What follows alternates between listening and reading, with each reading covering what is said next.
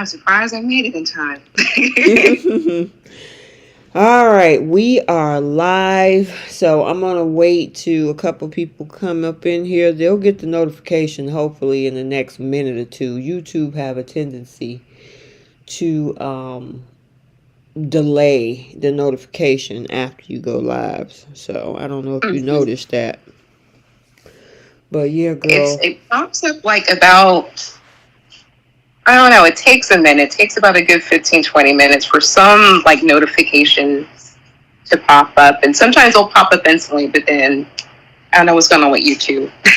Okay, here we go. There's Jenny.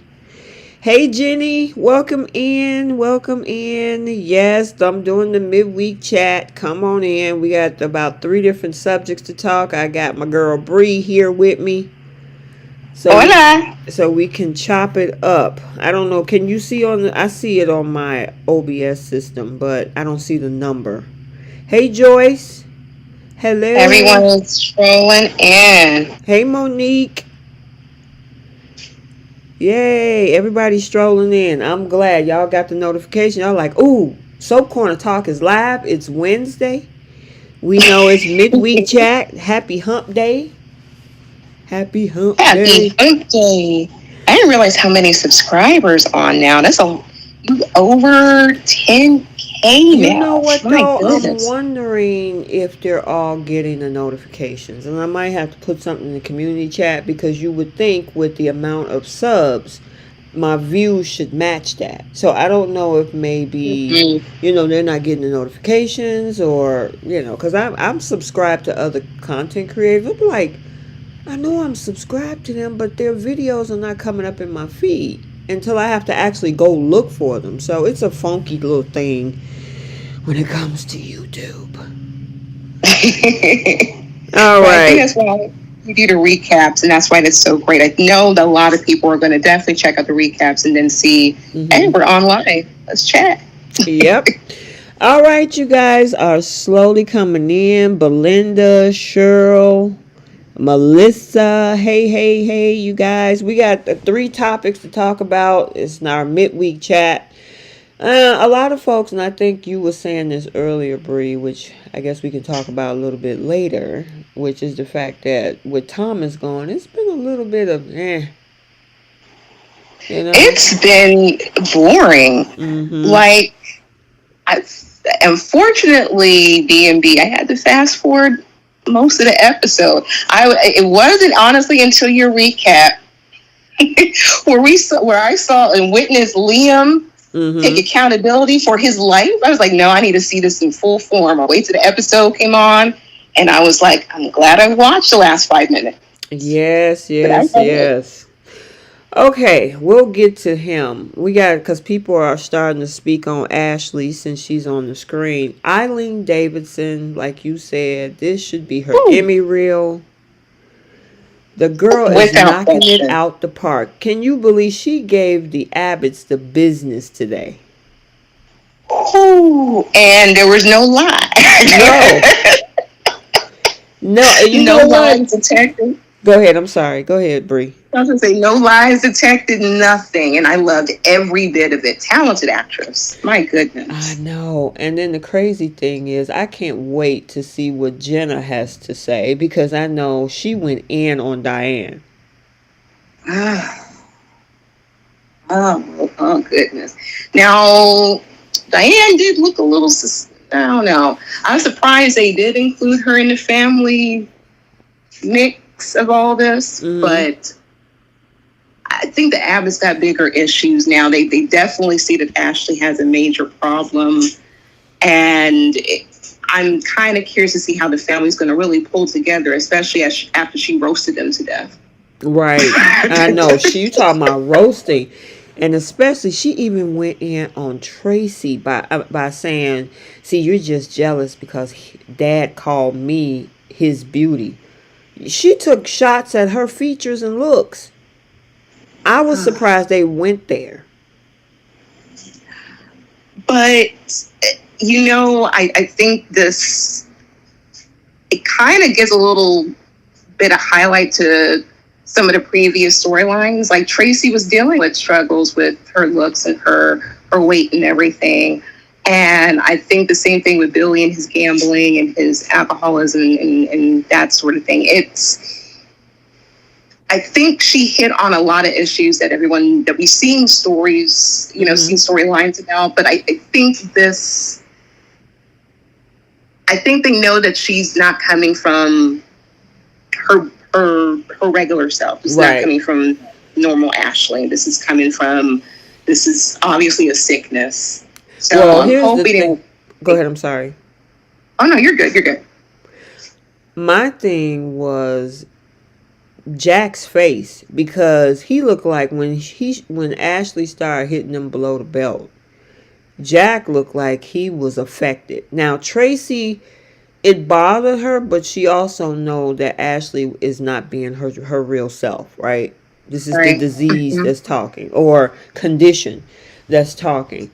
And Billy, I'm surprised that they didn't have Billy speak to the whole DID situation. Maybe they will in Thursday's episode. I do have the information on it. I didn't get a chance to actually dive deep into it. I had to go ahead and post the blog. But Billy went through DID as well. And so I was surprised, and like I said, maybe it's in the next upcoming episodes, that he didn't kind of attach to it himself by saying, I think I know what this is. This happened to me. You know what I mean? Do you think that's why they made him kind of like the last to know about what was going on with Ashley? Because maybe he would have immediately recognized those symptoms. That's possible. Because if I can understand they wrote it to where we can get some real dialogue and actually see how much her personalities are taking control of her life. I think Billy would have immediately recognized that. I think it would have shortened the storyline, to be honest. But I think that's why they probably kept him away from him knowing what's going on with her. But maybe this is his chance to actually help and save her. You think this might pull him away from Chancellor Winters? I don't think so. I mean, we got that whole lawsuit coming up, which, we might as well talk about that too. God, I forgot about that. That was yesterday. We'll talk about it. We'll throw that in too. I don't have a photo for it. I mean, I could go and pull one, but this is a shorter show. But I don't think that's going. Would he leave the company to help Ash? I don't know. I can't see that. And I had the spoilers up for the week of the 15th through the 19th, and I didn't see anything closely resembling, Billy, trying to take off or something like that. I mean, anything is possible, though, Yeah, you make a valid point. Plus, he's going to definitely try to see to that lawsuit. Oh, absolutely. He's not going to miss a step. He might even fund the lawsuit. But you know what? Let's talk about, since that was Tuesday and the rest of everything we have is for today. I mean, honestly, it's not a good look. I mean, she was real petty yesterday when, he's putting his heart out. He's asking nicely. I mean, that had to take a lot of guts for him to show up in the building, first of all, go up to the CEO office, face his ex, and say, can I have Princess Louisa back?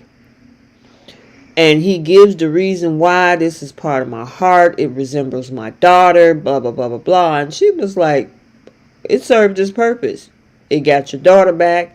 It got Heather back in your bed. But it's just a game, and I own it. Oh, I threw a pillow at that TV. I was so mad. She's such an idiot. An idiot. You're going to risk your whole job. And keep in mind, this is your first job after being a felon. Correct.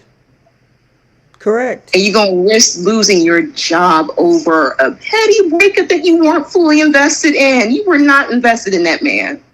I mean, listen, we had this conversation, and it stirred up a lot on Friday. Because I know Keisha's on the different side of the spectrum with this. To me, they weren't in that deep of a relationship for her to have this type of reaction. I'm sorry, writers, it's overkill. I mean, Really? There is not one scene I can think of where Lily was like professing her love. I'm like, oh my God, Daniel is the moon and the stars. Like, he can have my kidney, like something. They shared a key. That is it. That is it. That is all. Yeah. At least Daniel and Heather, they shared a child. They had history. They, granted, once again, not condoning cheating except for hope. But I don't understand why Lily is so invested in trying to make hell for Daniel. I mean, at least make like, if Devon were to kick both Heather and Daniel out of the apartment building, then I can kind of see that, like, okay, that was stupid on Daniel and Heather's part, especially since Devon owns the building. That's one thing, even though that's a legal issue as well. But yeah, because they got a lease. I mean, yeah, go ahead. They have like some form of legality on their side when it comes to Princess Louisa, when it comes to a Megasphere and being wrongfully fired. She literally handed this man a court case win. Yeah, like an idiot. Did you see what he's suing for, though? And I don't know if she paid attention to that. At first, he wanted the game back. Just give me the game. He's now suing for wrongful termination. That's totally separate than give me my game back. So, can you fire? Because she was like, oh, we got an ironclad contract. Okay. Say, for example, she does have an ironclad contract and they don't get the game back. The other part of this lawsuit is, were they rightfully sued by law? I mean, rightfully fired by law from that company over a relationship issue. And they could get way more than what that video game is worth. She's an idiot. Yeah, Belinda even said Daniel didn't ask, he was begging. Which I understand. He came to her thinking like, hey, we're still friends. Like we used to run away together. We drove our parents crazy. This, that, and third. Yeah. But this grown woman, this whole former felon, decided she wanted to be petty and dangle somebody's career, thinking there'll be no repercussions because her brother can give her a position. That's really what she probably thought at the back of her head. Like, well, if I get fired, I can go to my brothers. But what I was saying to you guys, I think the other day, there's a whole board of directors, and they keep stressing that Abby's a part of that board. I think she's going to get fired from both companies. I mean, yeah, but number one, did she make this decision by firing them from Jill? The dude, it's not like he's just, part of a team of 10. This dude was running the whole gaming division. Exactly. And that's the other reaction we haven't heard from yet. What is Jill's reaction to this? Is she co-signing this? Right. Did Billy tell her? Like, I was hoping to get some sort of dialogue if Billy reached out to Jill regarding the firing, because he would have to kind of warn his mom, like, look, Lily did such and such, and we could be sued for millions. Yeah. And I really do hope they go for the gusto, because Lily was an idiot. You're a whole felon. I mean, seriously, she got a second chance. She got a second chance after that. Now, again, I think, and there's an interesting question in the chat by CC Gonzalez. Why did the writers have to make her look like the angry black woman? They were wrong for that. Yeah, that's a touchy one, isn't it? And the thing is, I thought about it, but I'm like,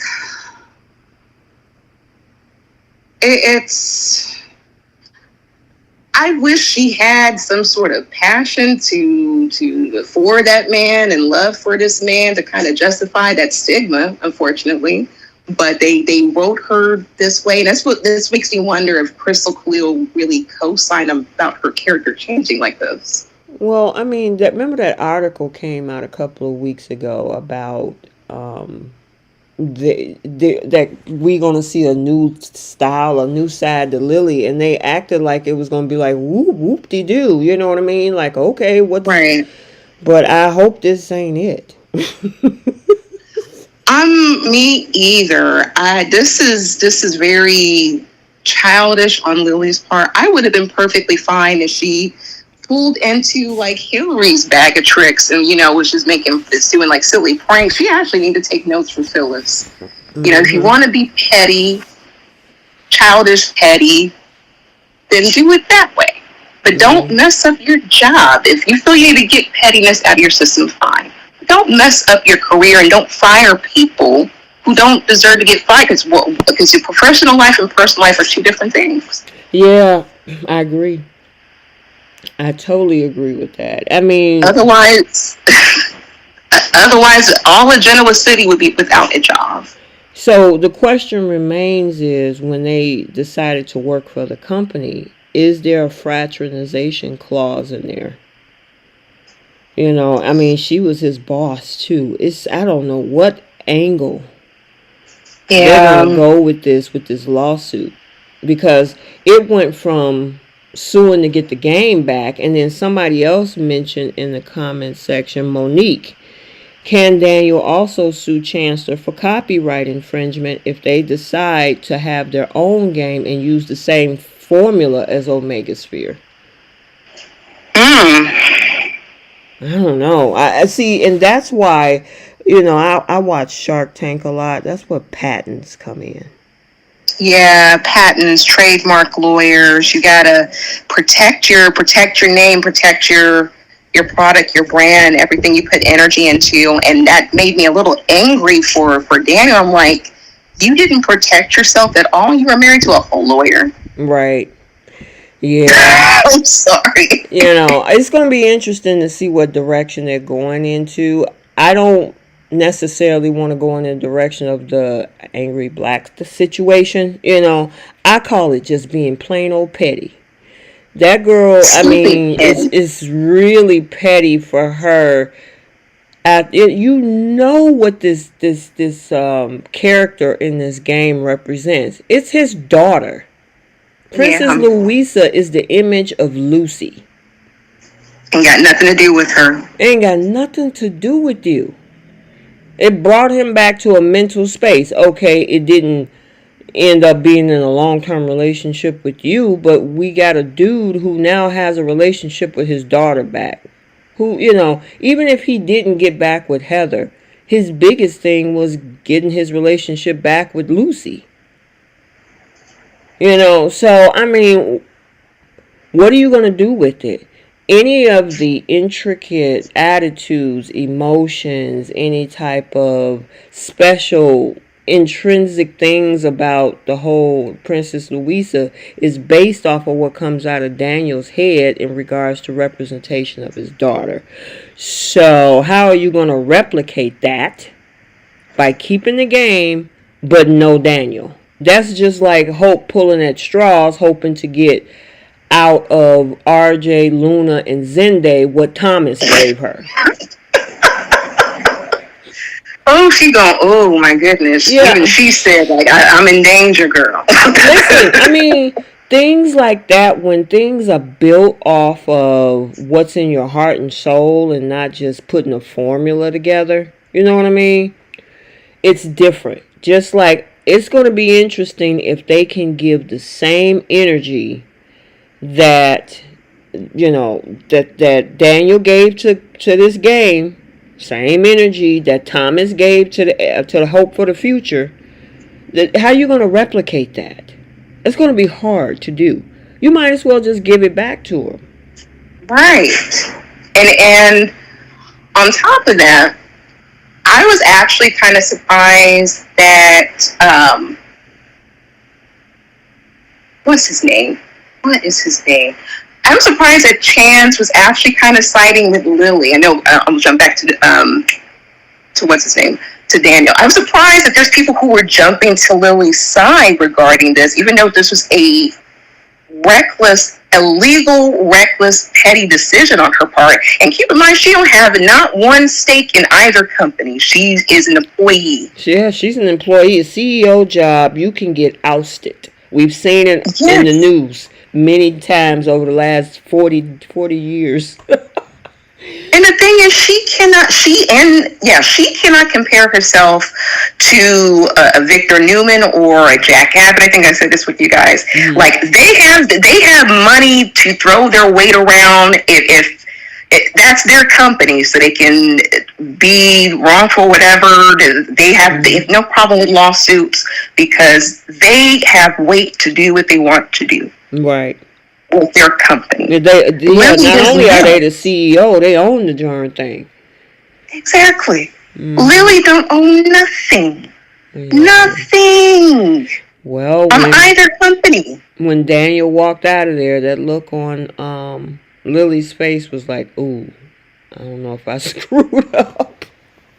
She knew better. And the thing is, I think Daniel was starting to kind of get to her because I saw her face and little puppy dog eyes. She was starting to kind of give in. Mm-hmm. And I don't know does Lily have 2 or 3 personalities too? One is telling her to just make these stupid decisions and she in danger. I don't understand why she would do this to herself, because they can also probably sue her civilly too. Yeah, that's going to be interesting. Oof. Okay. Well, at least we'll see what happens next. Yeah, we'll talk more about it on Friday, because I know that, probably Trish and Keish got a lot to say about it too. Yeah. Especially Keish. Keish don't have no problem with Betty. I'm sorry, Keish. I keep ragging on your girls, both Lily and Steffy. Sometimes I'm so sorry. All right, let's get back to Ashley. Okay, so here's another issue that I was concerned with, and I know we kind of talked about at the beginning of the show with everybody being there. Why wasn't Abby there?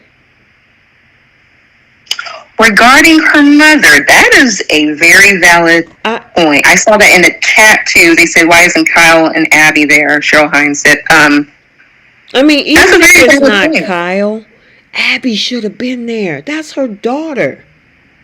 Yeah. They invited Tucker. Well, no, they didn't invite Tucker. Tucker came on his own volition. That's right. Mm-hmm. That was very, I don't know, I feel bad for Abby a little bit, because neither the Abbotts or the Newmans give a care about her at all. They only acknowledge that girl at the holidays, company parties, whenever she gets married and cheats and gets divorced. That's pretty much about it. They don't even mention their baby either. Girl, I can tell you, and I was sitting up there and I'm like, why is Abby not there? I know that if my family staged an intervention with me and they didn't tell my kids, they would be pissed. Without question. And I hope there might be a scene where she is angry and upset, because that is her mother. She has every right to know what's going on with her mother. But she also needs to make effort outside of like putting, cute outfits together to be on a board that serves no purpose for her at a company that she can't bring anything to. Mm-hmm. She could be over at the Abbott mansion helping her mother actually give time, attention outside of herself. Yeah, I mean, even Diane had a seat at the table. Now, I know Diane lived there, and Diane is Jack's wife, but if you can call Jack and Billy don't live on the Abbott property. If you can call Billy and he can drive all the way from wherever he was over to the Abbott estate, you could have called Abby to let her know that your mom has been having blackouts. Yeah. That should have been a phone call to Abby. I don't know if it actually would have been nice if they said, like, hey, we tried to reach out to Abby, but she's doing such and such, just to say that she was acknowledged during, this crisis that Ashley's having. But it kind of goes to show where she's placed on either side of the Newman or Abbott family. Mm-hmm. she's not even at the totem pole as far as her mother. Mm-hmm. And that's very insulting. Mm-hmm. But I really do hope she raises hell about this. But and the thing is, I don't know why they kept her out the loop. Like, she knows about everything that happened in Paris. That Tucker was innocent. That her mom was going through some mental stuff, and on top of that, she knows her mother has a prior history. So why keep her out the loop? Exactly, and she knows what happened in Paris, that she had, remember when she came back, she told Abby that, oh my God, I made a mistake. It wasn't what it was. And she was concerned about her then. And then again, when she came over to the GCAC, they was wondering why she was there. Remember when she was sneaking up to Tucker's room? Mm-hmm. So they know something is off. Abby does. Abby knows something is off with her mom. Why not connect the dots and say, hey, you need to get over here? Yeah. Or maybe we might see her at some point this week with the Abbotts and trying to come together or something. Because I'm like, what is this girl doing? She's not doing anything. She hired Tessa to run her restaurant, and she's over at Chancellor Winter, just walking the hallways like it's a runway. And that's pretty much it. Mm-hmm. Now, let me ask you this question. What do you think about the fact, did Tucker need to tell everybody, including Ashley, that he proposed to Audra? Knowing that Audra turned him down, what was the purpose of that? I think he's trying to trigger one of those personalities, especially since Audra told him it felt like she was talking to two other people. Mm-hmm. And then she also kind of inadvertently warned Tucker that Ashley's coming after him. So he has it in the back of his mind, but I think his main focus is trying to help her. So I think maybe he was trying to trigger one of those personalities so the family can actually see that. Yeah. He was like, I want to let all of you know as well. And I don't know if that was something to have them back down, because they're always thinking that Tucker is trying to draw her in. So I don't know if he also told them that to get them off his back too. I think so too. Yeah. I think this is trying to show like, hey, I'm going to let you guys deal with this, and I've moved on. And you know what? I will say this is a very relaxed, calm side to Tucker. This kind of shows like his, I don't know, I want to say his soft guy Please don't go there. Don't go there. Now you know that's satire, right? Yeah. Yeah. Mm-hmm. But he's showing, that he has a different side to him. He's not always just the funny guy or just this, this evil villain. He's, showing that he cares. Right. I wish Devon could see this. Yeah. See, and that's what I'm saying. Abby and Devon should have been there. Why not? Well, not Devon. I mean, Devon. Well, that's his son's grandmother. So he gonna blame his daddy for it. See, and somebody said that in the comment section. Cheryl Hines said it's easy for the Abbotts to always pin everything on Tucker. I can guarantee you somebody is going to say the reason that she's in this condition is because of him. Yeah. Somebody, even though it's probably more than that, because she got history prior to Tucker and all of this. She got history going back, way back when, right? But because they, people always, instead of trying to hold the, I don't want to say accountability in this situation, but it's the situation that's going on internally with her. They're still going to look for somebody to blame for this. How did this start? It was probably Tucker doing things and manipulating her and messing her up. That was their go-to. That's their go-to. If the Abbotts, it's Tucker, the Newmans, it's Adam. I'm like, they might as well, Tucker and Adam might as well just form a company and say, forget both of these guys, forget both of the families. Throw Phyllis in the mix too, because she's all alone by her lonesome too. thank goodness we didn't hear Victoria or anybody else blaming Adam for Jordan. They couldn't. If they did, I would have screamed. I'm like, how? But thankfully, they kept him out of it. I'm actually glad that they kept him out of the Jordan mess. Because they could have easily said that he helped scheme with Claire and Jordan. That he's funding all the wigs and then the clothes that Jordan's wearing. I don't know. But I'm glad that they kept him out of it, because all of 2023, it was Adam's fault. Oh, God, everything was Adam's fault. He breathed. Now, Belinda Hill said, I think Tucker felt the need to tell them so they would know he's no longer interested in Ashley, because Jack always blames him. That is a good point, too. Do you think he's fully moved forward with Audra now? That he's all in love with this woman? He seemed relieved. Once he went over there, told them what the deal was, he left. He came back in smiling at the Jazz Lounge like a Cheshire cat. And was like, I'm all about you. And she was like, I ain't gonna marry you. And he was like, so what? We'll be together anyway. Which I'm surprised this woman is being hesitant. The way she's been moving, trying to land a ring. She found a sucker. He was ready to give a ring to her. Now she wants to say no. Why? Yeah. Somebody said that they can call that company with Tucker and Adam that you created, call it TADAM Incorporated. That was Cheryl. You know what, Cheryl? And I'm so glad that, we were able to get that company formed. I would love for them to just form a company together. Yeah, as intelligent as Adam is, and you got Tucker's wallet, they could crush all the industries, especially since they have eyes and ears in all the companies in Genoa City, actually. Yep. So it's going to be interesting. I know tomorrow Sharon is going to be on board. I do know that much. And that Ashley is going to have a meltdown so bad she's going to collapse. So Sharon's on board to do what?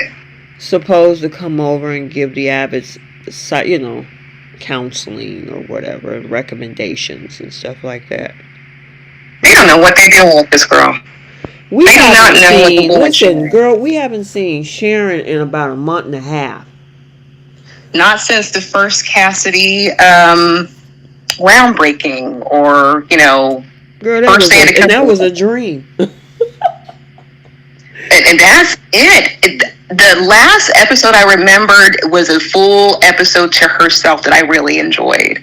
But that was about it. I'm like, what are they doing with Sharon? What happened to First Cassidy? I was actually kind of okay with the direction they were going in with this woman. And like, she was on some real grown woman type of moves. Like she let Chance go. She had her fun, and she was working on the business. Yeah, it was refreshing to see that. So she's going back to psychology? So I don't know. I guess, girl. She got her hands in. She owned the coffee house. She owns that old Kirsten business, and then she's a therapist. So, yeah. Interesting. Okay. Well, that's one professional that I guess kept their jobs, kept their licenses. I guess we never really seen her practice nothing. Why couldn't she be there for Connor? If that were the case. That's a good question. Well, she wasn't she? No. No, she hasn't. Hadn't she? I don't remember. I'm surprised Adam or Chelsea didn't reach out to Sharon to help Connor. Yeah, that's a good question. Oh, well, they didn't ship the boy off to Maryland, so. Like some idiots. Poor thing. All right. That made me so angry. But yeah, so the whole drama with Ashley continues tomorrow. So we got to stay tuned for that. But we need to switch over to Bold. So I'm going to say goodbye to Mrs. Abbott. Because there's Ashley. There's Ash, the little teenage girl that's screaming with the ponytail. And there's Mrs. Abbott. And right now they're talking to Mrs. Abbott. So Miss Abbott I love her. They need to keep her around. Yeah, she is sarcastic, snarky, don't give a care what anybody thinks come out of her mouth. Yeah. She's entertaining. They need to keep her. I don't want to. Not trying to be insensitive because I know people go through a lot of, but Hold on, I got a quick question. Jenna just came into the chat. Jenna, I got a question for you. So when Ashley gave Diane the business, did you enjoy that? Yes or no? Girl, she said I probably missed most of this. I have to say that. Oh, okay, you did see Y&R. So Jenna, what did you think in the chat about what she had to say to Diane? All right, I'll give her a chance to respond. I'm curious to see what she's going to say. I'm curious to see what she was going to say because I know she was probably enjoying every minute of what Ashley said to her. She said, I totally loved it. And it wasn't a lie. It wasn't a lie. None of it. None of it. All right. Let's switch over. We're going to talk about Deacon because Deacon is another person who think that they're seeing things. And this photo represents the same type of face Ashley tends to make sometimes. And Deacon is wondering if he is losing his ever-loving mind because he saw not 9 toes, but 10. Did you see the message from Jenna? Well, she said, I totally love it. I was laughing my head off. She nailed her. There you go, Jenna. I knew you was going to enjoy that one. When I saw that scene between Ashley and Diane, I'm like, oh, Jenna got a lot to say. I can't wait to hear what Trish had to say, too. Oh, yeah, because Trish, oh, yeah. Trish, Trish going to have a lot to say. Mm-hmm. Yeah, so are you, okay, so do you feel sorry for Deacon? Yes, I actually do. Because that has to be a lot of mental anguish to lose somebody like that, and especially unexpectedly, you're still trying to process your feelings. So I do feel for him. Like, he feels like he really went through a loss, and then you feel like your mind is playing tricks on you, and then common sense is trying to enter the room, and it's like this weird, uphill battle on what reality is, and you're trying to grieve and go through your emotions. It's a lot. I feel for Deacon.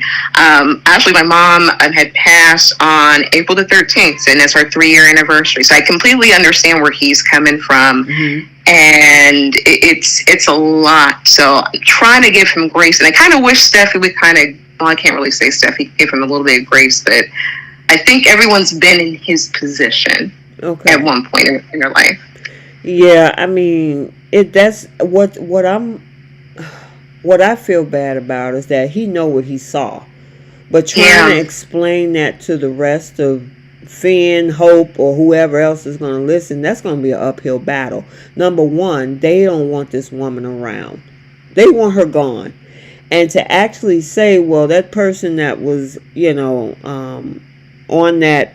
On that rolling table, that person had 10 toes, so I don't think that Sheila, he's going to have an uphill battle trying to prove that.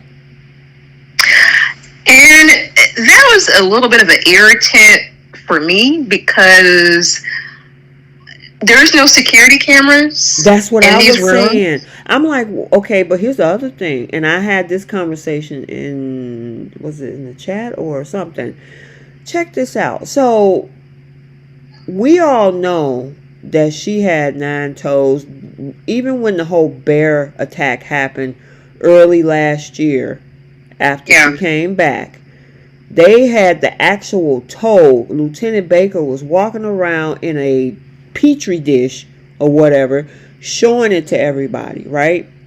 So, whoever did the autopsy then knew that there was a missing toe. Now that this woman had came back, they realized that it wasn't her, that she wasn't unalived, and she cut off her own toe. Somewhere in the records, it should have shown that this person only has 9 toes. So when you did this last autopsy of this person that just went into the crematorium, why does this person have 10 toes? That should have raised alarms. And it actually shows that the hospital is not doing their job. Correct. Or their workers are not doing their job, because before they go through that process, they have to make sure that they verify who that is first, Right. top to bottom. Right. And they like detailed notes about that. That's why I'm like, how did they miss that? And I'm surprised they brought Carl along. We know how Carl is about results and testing and that made it even. Exactly. I'm surprised that they wrote this like in a loophole like this, because that's the same hospital that had the same test results for baby Kelly. Mm-hmm. This is the same hospital who like there's so much thing for Finn too. Yeah. When Finn and Hayes, that whole paternity scandal. Yep. When Vinny switched the results, he was working there too. And it's like, this is a very finicky hospital to just up and just go through this process without verifying that's the correct person, because that could be a lawsuit. That could be a whole big thing. I mean, and then like Jenna says in the comment section, Finn is a whole doctor. If he said, well, you know what, let me just check, he could go and check the report. That autopsy report count fingers and toes and the weight of different organs and things like that. So if they say on the report that the person had 10 digits, that should raise questions. Yes, absolutely. And you know what kills me is the fact that Carter, the day that the Sheila thing happened, mm-hmm. Carter saying, like, I reached out to my legal connects, and my connects at the morgue, the coroner, and the police, and they identified that is Sheila. They were very sure that that's her. And I'm like, just like you mentioned, the detective had the toe. Yeah. Did they check everything? It's like, is all of Los Angeles finicky like this? And the reason that they were able to say it the first time when they thought, you know, Sheila was mauled by that bear, is that they did DNA on that one toe to say, okay, yeah, we did the DNA, it's actually hers. Did you not do a toxicology on a whole person that was in your care to know whether or not that this was Sheila Carter? Plus, you skipped over the fact of having 10 versus 9 toes. Come on, man. I think this is a double jeopardy sort of storyline, mm-hmm. especially now that we know for sure that it's not Sheila. We know now. Mm-hmm. I think Sheila's going to be in hiding so she can get at Steffy. Nobody can blame Sheila because Sheila's technically unalive. Mm-hmm. Yep. I think this is double jeopardy. Because actually, Steffy wasn't charged. They let go of those charges, but Steffy can go after Sheila, saying that, oh, she attacked me.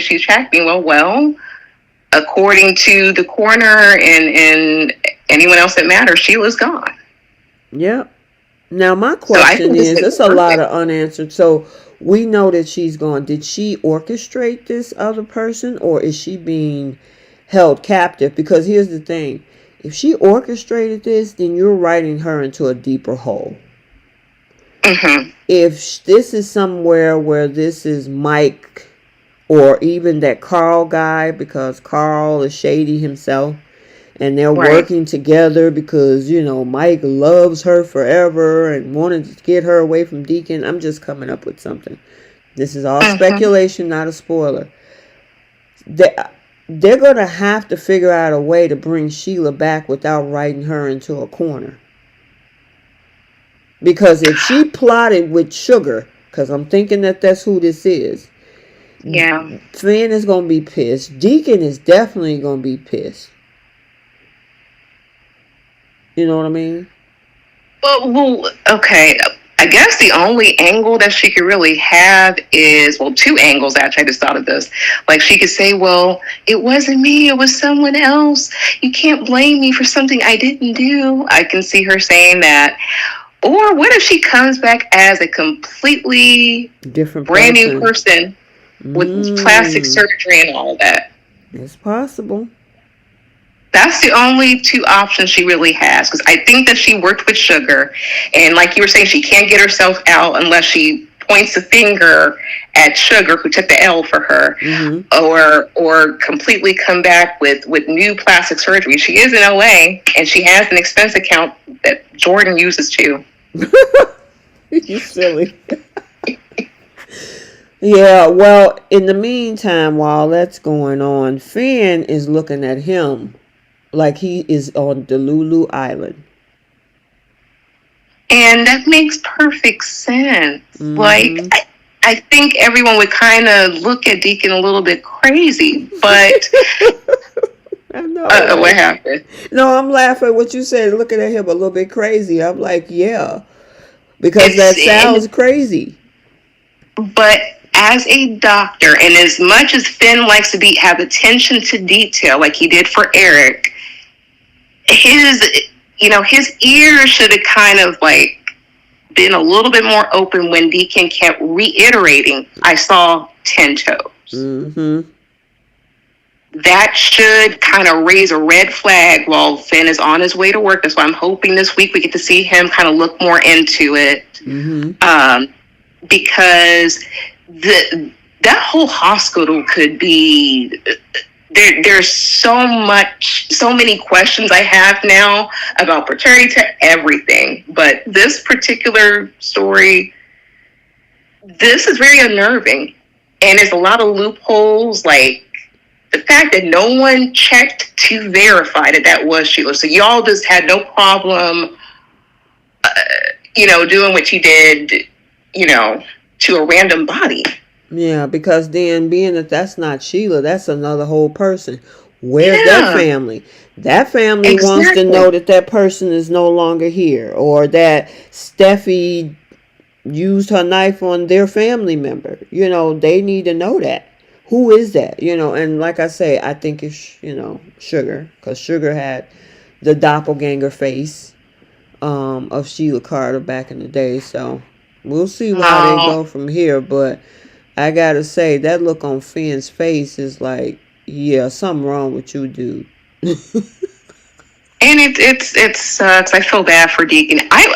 Do you wonder if maybe Deacon might raise hell a little bit at the hospital now that he is certain that he did see 10 toes? I mean, it's possible. I just don't think Bo gonna put that much energy into it.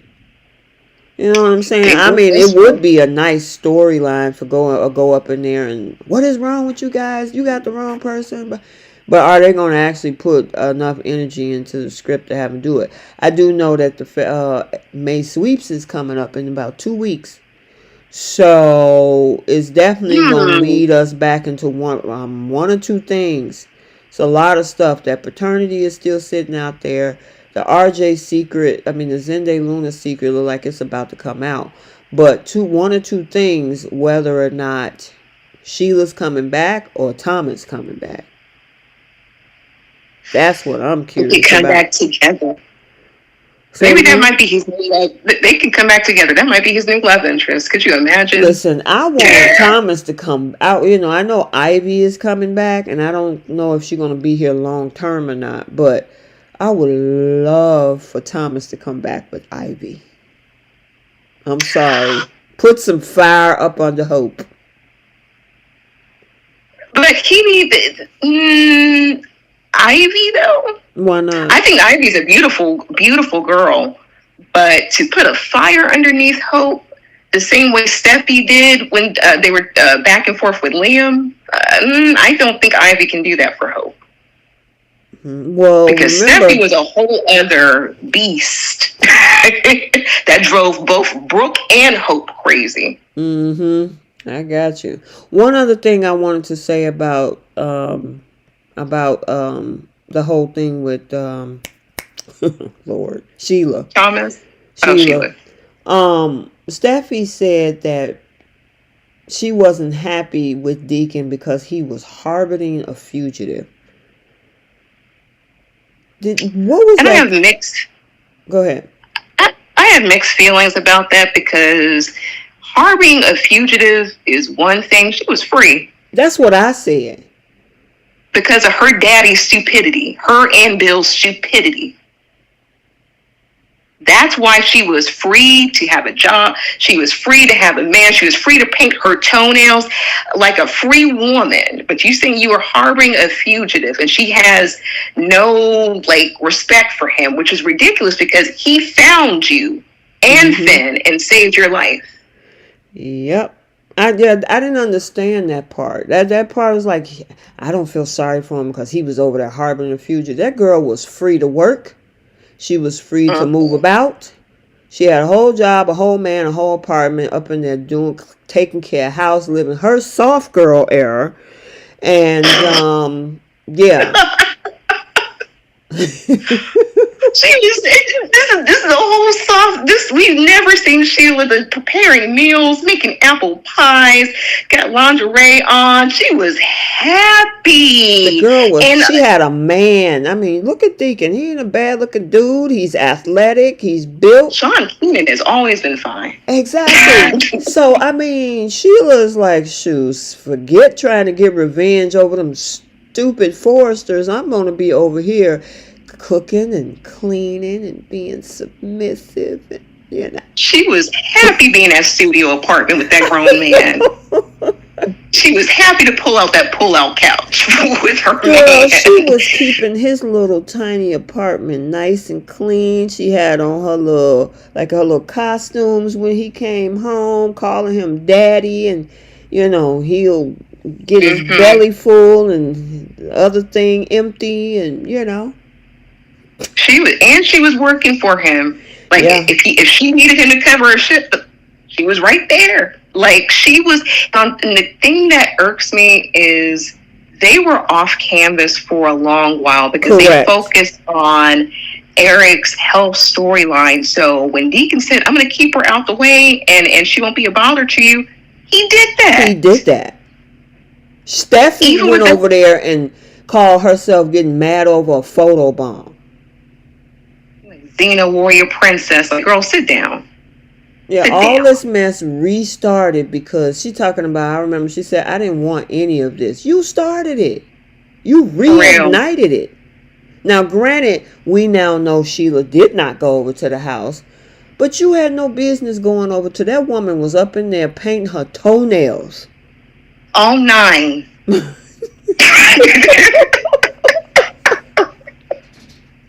Happy watching her soaps. Right. She did say that, didn't she? She said that she was watching her soaps.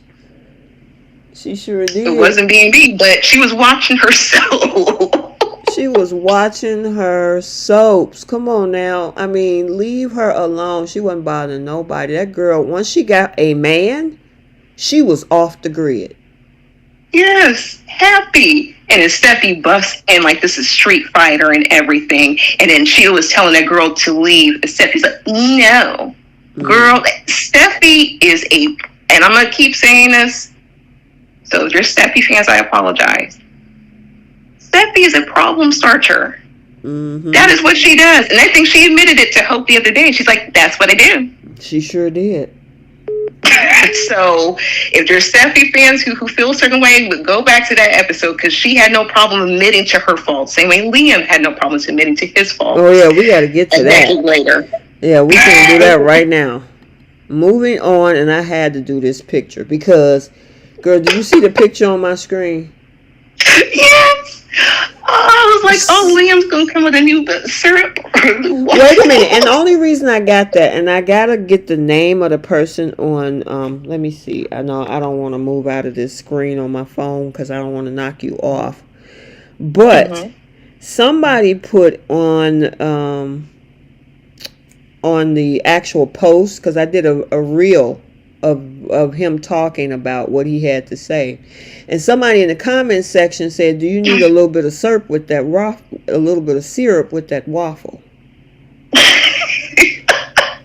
And I was cracking up, girl. Oh my goodness. So you know I That had is to find a background with a waffle and some syrup. That's immediately what I think of when I think of Liam. This is perfect. This is if his picture was in a dictionary, he would be right next to a waffle with the picture description. Let me tell you, this whole episode to me was a snooze fest until I heard this man say, if my daughters were to find a man, would I want them to be... I lost her. Let me see. She might pop back in. Let me see. Hold on. Give me 1 second. What happened? Okay, let me call her back. All right. But anyway, guys, yeah, it was interesting when he said that would I want my daughters to be with a man like me? And he said no. Hello. Okay, you there? Hello? Yep. I don't know what happened. I'm not sure. I was like, oh, okay. I forget where I was at. We were talking about Liam making an admission about his daughters and would he want them to be with a man like him? And he said no. That was the first part of that conversation. And then he admitted to being a waffler. And I'm like, obviously the writers have been listening to the fans because we've been calling him a waffler for years. They're definitely listening to us now. I'm so happy. I fell out when the first thing I saw was the recap when you highlighted that. Mm-hmm. I was like, I need to see this episode in full form. Girl. I could not. I had to skip through a lot because this episode was it was boring. It was rinse and repeat. But girl, that I was last sitting at 5 my minutes, desk, and when he started talking and saying that, I perked up. I'm like, wait, what? Accountability. This is rare. And he looked like he was about to tear up. Like, oh, poor me. Oh, I've been playing 2 women for decades, and they both left me, and I haven't had a woman touch me in about a year, and it's come to this realization that I ain't worth a dang. Girl, listen, but then he also said he's just going to do the dad thing right now. So I guess after he realized that he can't get anywhere with Steffy keep giving him the brick wall, he's like, you know what? Forget it. I'll just be dad. No girlfriends, no women right now. Good for you, Liam. Taking a break. That's what he been doing. Just from his daddy's couch, though. Yeah, but the thing is, remember, he was in hot pursuit of Steffy for the last 7 months. That's why he got the name Little Puke, because of the fact that Finn, he tried to come at Finn, and Finn called him a little puke. Stay away from my wife. Do you think this might be like a different angle that Liam's trying to do to try to get Steffy? By him not pushing so hard, maybe let her come to him. Yeah, like she's used to doing with him. So maybe he's going back to his old playbook. I don't know. This would be interesting because I mean, they really haven't written anything good for this guy. He's been chasing after Steffy. He don't go to work. He's showing up at the house or at the job with toys. But I'm like, do these kids always leave toys at the house, or do you purposely keep the toys so you can have an excuse? Or both parents are rich. Just get 2 of everything. So one is at one house, one is at the other. Exactly. They rich. He just said that they went toy shopping. I'm like, these kids forever losing something. He has no problem wasting his gas gas money, and funking up that ozone with the fact that he got nothing better else to do. We seen all last week that man went to somebody else's job. Yeah. Yep. And here he shows up to be with Steffy in the middle of the day in regular clothes. He never in a suit. He's the fact that he said he's going to focus on being a dad, I can kind of see that. He's quick to pick up toys and drop them off. He's full on daddy daycare. Let him be that, because he's definitely not a businessman whatsoever. Nope. He can't even show up at his job. Do Spencer Publications even exist? We hardly ever see Bill. The last time we saw Bill, he was over at Luna's. When was the last time you saw The Office? I know. With Wyatt gone, because we would see, when we saw Wyatt, we saw The Office. Wyatt would be working. Did Wyatt leave in August or September? Or when did he leave? It was in 2023. So I'm thinking it was somewhere around October, November, I think it was. Yeah. Well, he popped in for that episode where we didn't get an explanation as to why Taylor left that place to him. That's the same day that RJ took the place. But that was like that one episode. And then prior to that, he was off canvas for about a good month and a half. And then that's the last time we saw the thing. So I think maybe September or August is the last time we saw the Spencer Publication office. Yeah, well, they need to get this man a storyline. And again, we don't know why Ivy is coming back, whether it's to be for Liam, whether it's to be for Thomas, whether it's to start mess with Steffy. Who knows? You know, but right now, Liam has no storyline. And it doesn't even look like he's even... Hope is free right now. Now, granted, Hope don't look like she missed Thomas. I'll tell you that much. Please tell me where people are just having flirty conversations at funerals with their chest out. Girl, remember we was talking about that on Friday, but then yesterday, was it yesterday? Yes. It was, her chest was all the way open. And I'm like, listen, somebody was saying, you know, either she dressed this way or that way. No, we don't have a problem with what she's wearing itself. It's how she's presenting it. And it's very revealing in comparison to the stuff that she's worn before. Like if she wore that with Thomas, that made sense because he brought that out of her. Whenever she was with Liam, she was Little House on the Prairie. She was forever rocking a curtain. But this is... I feel what she was wearing is intentional to, I don't know, get him to look her direction some sort of way without, she's being very passive aggressive with what she's wearing. Let me say that. And I think she's on the move to try to get back at Steffy somehow. And I think she's going to. We'll see, because I don't see, I mean, right now, with them being so focused on this Sheila thing, we saw what we think she was trying to do yesterday, but her active movement and actually coming after Steffy, I guess that remains to be seen, you know what I'm saying? But I gotta say, with her being single, she's not acting like she missed Thomas. You know, I would think she would be like, well, he's not here, so we have to move on. Okay. And that's a good approach. But it also speaks to what she was saying. Because she was telling Finn at the same time, she's like, I don't want to get married. I don't know if I ever will. And I'm like, man, you and Audra have been having some conversations together. No. She ain't learning from Audra. Well, I'm talking about in reference to her conversation when Audra said that she don't want to get married either. Oh, yeah. No, she needs a friend like Audra, to be honest. But I was surprised that Hope, who used to be pro-marriage and waiting to marriage and having, the traditional lifestyle, has opted out of that. And, I don't blame her after she's been divorced, how many times? In a short... the same man, you mean? No, she was married to Wyatt too. Oh yeah, that's right.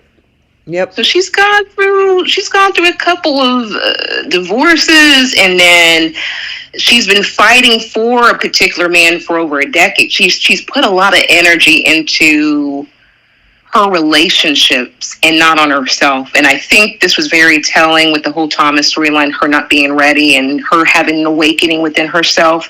So if she wants to be single and explore that, I'm okay with that, I guess. I didn't like the fact that they had to drag Thomas down with that. Yeah, but exactly.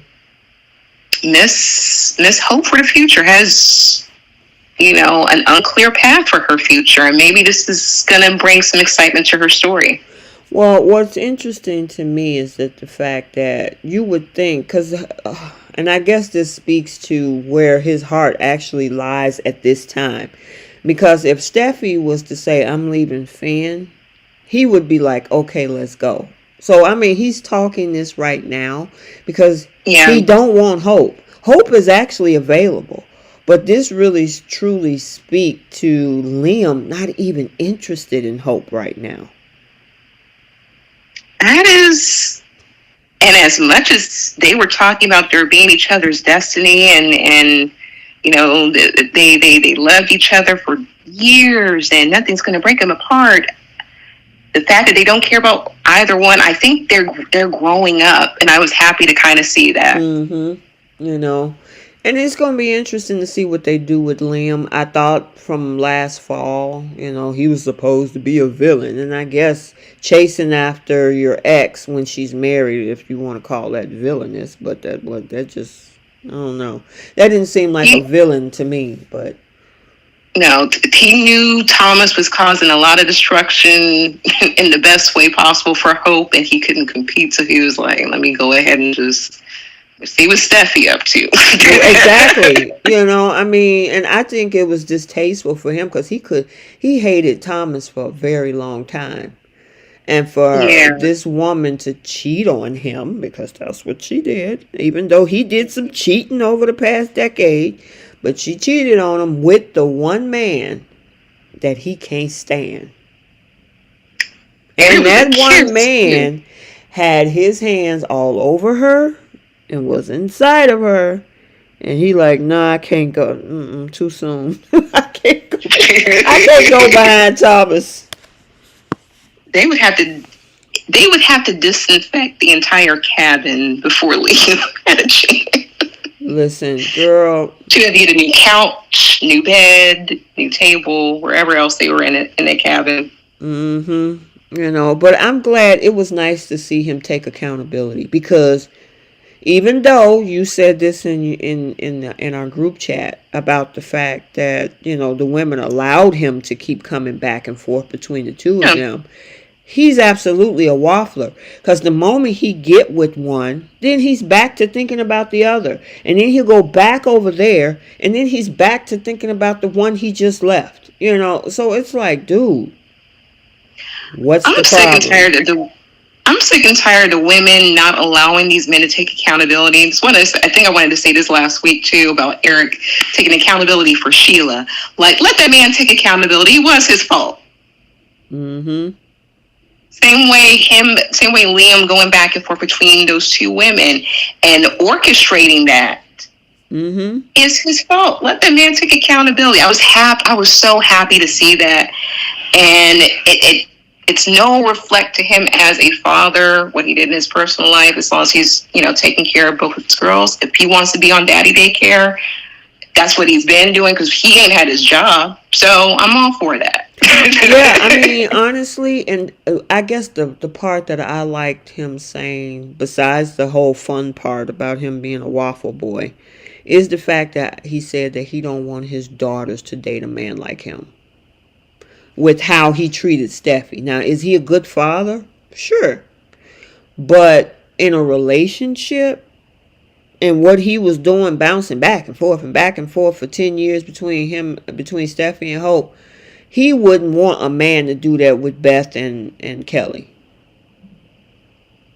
I think Rich had said something like that at one point, and, he didn't change his actions. I think I would like to see what direction you're going to go in with him. Now that he has this realization, is he going to be a born again virgin now? Is he going to be a preacher? What is he doing? What is he doing? Right. That's a good point.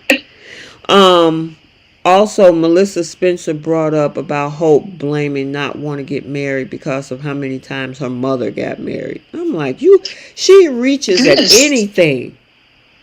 Anything that doesn't point the finger at her, like a child. And I'm like, I'm here for Hope, but it's ridiculous now. You chose to get married each and every single time. Hope used to always have all her wedding dresses on the man on deck, ready to go, ready to be a wife to somebody. That's who she used to be. Mm-hmm. And now all of a sudden, I can't. The ring, oh, it's too much. It's too much. Okay, then just own it and say that. Stop putting the blame on your mom all the time. Girl, she put her blame on her mom. She put it off on Steffi. She put it off on Liam, and many times because, and I keep saying this, yes, did Liam waffle for a long time? Sure. But that year before this whole Thope thing happened, he was Team Hope. He was coming home. He wasn't chasing. Steffi had her life. He had his life with Hope. He was focused on Hope. So don't come over here trying to blame the reason why you left is because he was waffling at that moment. At that moment in 2023 and end of 2022, he was not waffling. He was Team Hope. He was trying to get his marriage back together because of the paternity thing that happened with Hayes. Exactly. He had just, I haven't, when the last time, well, after Rome, but prior to Thomas and Hope, when was the last time he waffled? Which was the paternity, right?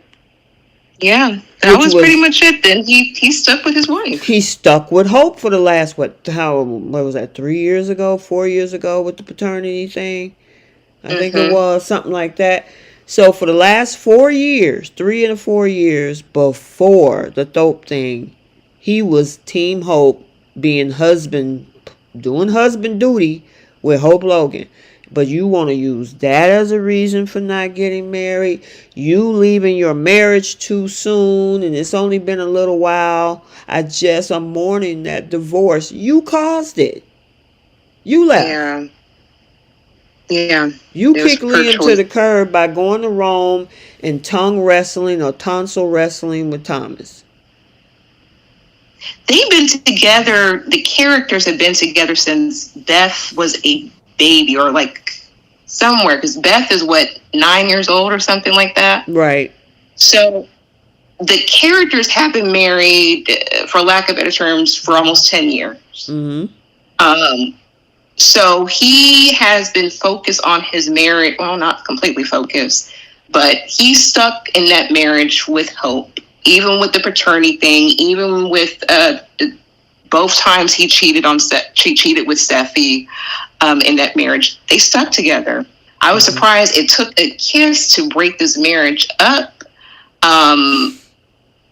But once again, she chose to do it. She was happy to do it. And keep it a secret. That goes back to what you were saying. She need to own what she did. Stop blaming everybody else. Stop blaming Liam and Steffi and your mama being married 10,000 times and all this other stuff. You wanted to taste the Kool-Aid. You wanted to dip your toe in Thomas's Kool-Aid. And you were dreaming about it. You were fantasizing about it. You were getting moist about it. Excuse me, these are all grown folks in this room. And then you decided to act on it in Rome. You were swinging hands back and forth, walking down through the streets of Rome, holding hands at the bistro. You told him what happened in Rome, stay in Rome. That is all on you, Hope. That ain't got nothing to do with your mama being married 11 times. And what her mama did had nothing to do with her. Except how she was conceived. Except how she was conceived. That's about it. But her mama's story's already been written.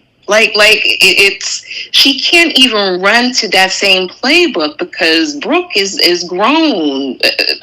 Grown kids plus change with the grandkids.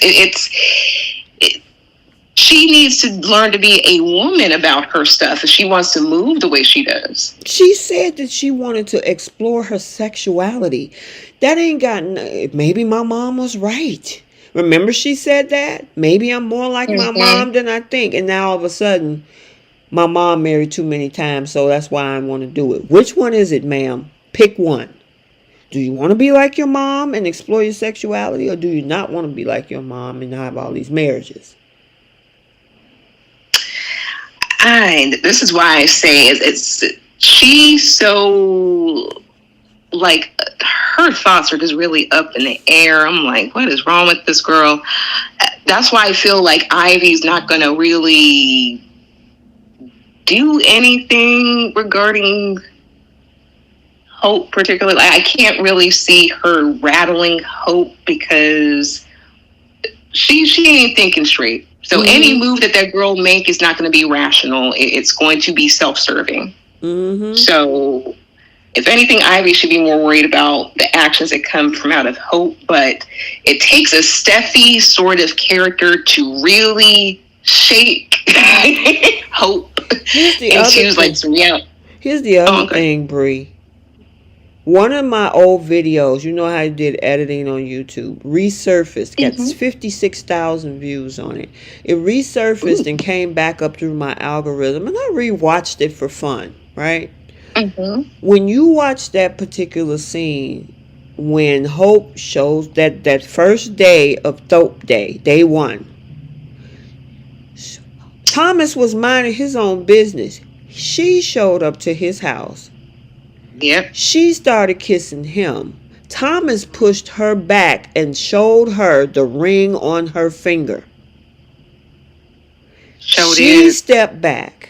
She took that ring off her finger, the one that little puke waffle boy Liam gave her 10 years ago, or whenever, right before Beth, they got married. Took it off, threw it on that table in his living room, and she grabbed him by the hand and drug him up those stairs. You, Hope, nobody threatened you, nobody drug you, Thomas didn't manipulate you. Nope. This was all you. And it was less than 24 hours after that girl got off of the plane. Yep.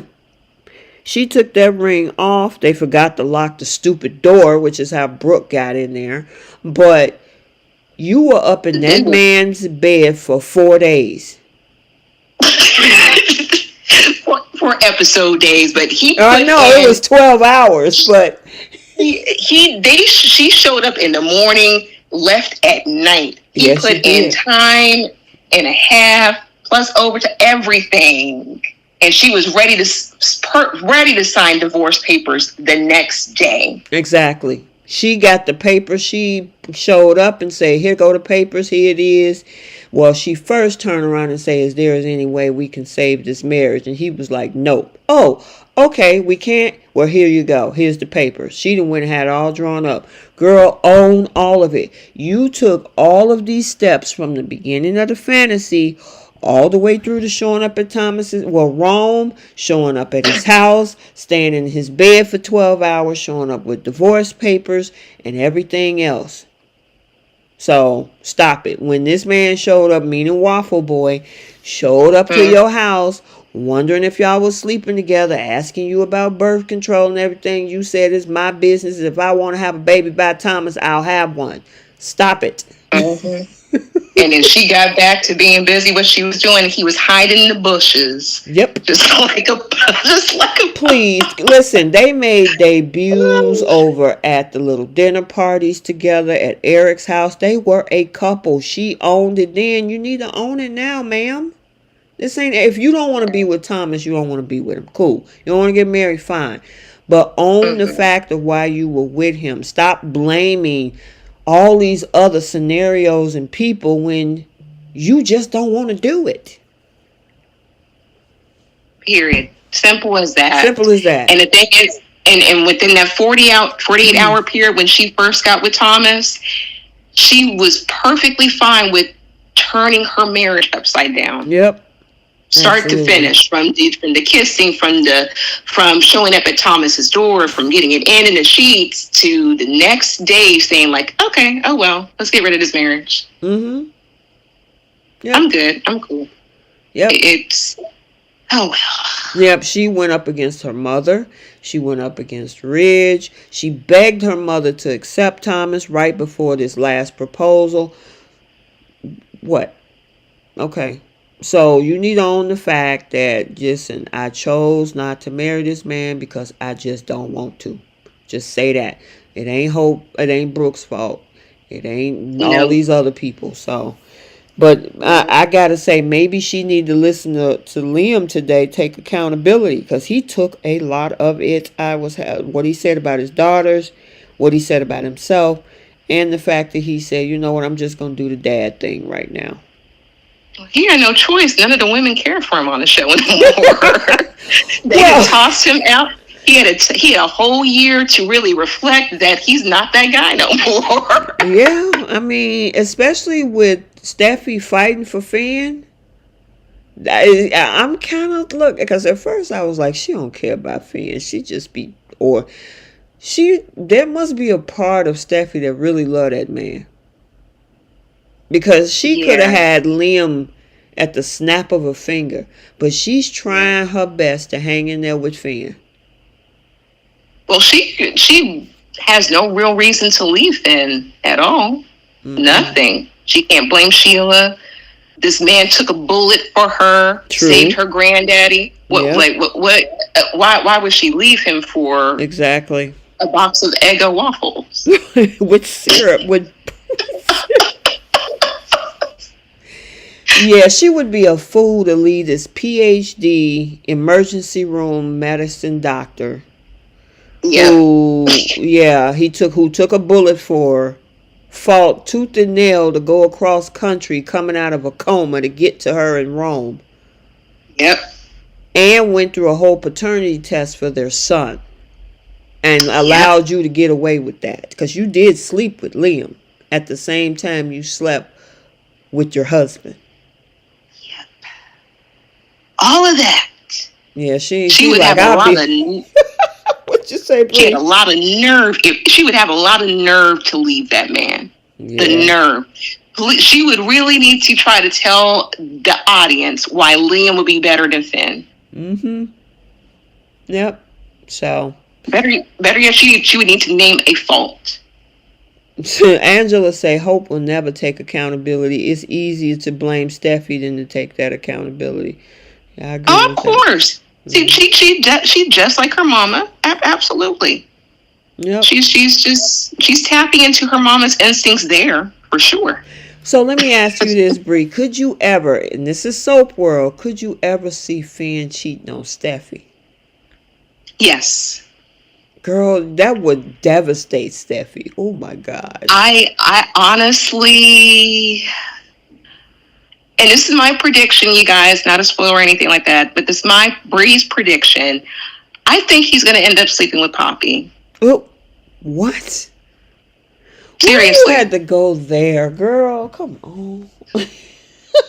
I feel like the fact that they brought up the mints again, and she said that I'm not going to use them anymore. I'm going to find it really difficult to believe that those mints are not going to pop up into the equation again. Mm-hmm. They already looped him into to Luna's story. Mm-hmm. So, I mean, it wouldn't surprise me if they go down that rabbit hole because they're not related. Right. And they already alluded to the fact that something had went down between the two of them. So it wouldn't be too far-fetched, especially since she's already reached out to him at his house for support if he did the same. I know Keisha's gonna get on me about that. But it's a soap world, and I could see that happening. I could see him cheat. Now with Hope, he can be no different from Liam, to be honest. Yeah, they're too mellow to put those two together, in my opinion. You know, that was the biggest complaint about putting Hope and Liam together. They were saying they were too vanilla, right? And with bringing Thomas into the mix with Hope, he was the spice that lit her up. You know what I mean? That's where that whole awakening came from. So, Yeah, I don't know about putting Finn with Hope. It's just not enough fire there. Nope. Steffi puts the Nope. fire in both Liam and Finn. She's the Armin. spice, right? Yep, I agree. We'll stay tuned, I We'll stay guess. tuned, girl. Well, it was a good one. I had to come in and do this midweek chat with you, and yeah, when he called himself waffling, I'm like, oh, this was beautiful. Thank you, writers, because we've been saying that for the longest. The world stopped. That's why the eclipse happened. The miracles happened, apparently. Realizations happen. I'm like, okay, this is a good direction for Leo. Exactly, but I think when when Steffi said, you know what, nope, I'm gonna stand by his side. He needs this closure. This is what he need. I'm gonna give it to him. Liam realizes he don't stand a chance at this point. He's been trying since Rome, and it ain't working. And when she has been saying, I love him, and then Hope was talking about how much she loved Thomas, he was like, these women don't want me no more. It's over. And Sharon actually just said if he found out about them kisses, then he might cheat on Steffi. That's right. Them kisses. Why did they have this man kiss that girl twice? And you're I not don't gonna know. do anything with it. I'm hoping they I had use a it. feeling about that. Uh I had a oh. feeling they were going to do that. Yeah, well, maybe it's been that was in July. So, I mean, it's been almost a year since those kisses have been sitting out there. They could listen to the fans again and say, hey, we can use these kisses in our arsenal. Listening to us has been working so far. I know, especially for him to admit he was a waffler. I'm like, they had to be listening. Really, they as many references as we be given. We know you guys are a fan of the podcast. Exactly. All right, you guys, this was a good one. I'm not going to keep you long. We've been on here an hour and a half. I enjoyed you, girl. Appreciate you. Absolutely, and almost 100 people. Thank you for hanging out with us tonight. Absolutely. All right, you guys, we will see you on Friday. Have a good one. Bye-bye. Bye.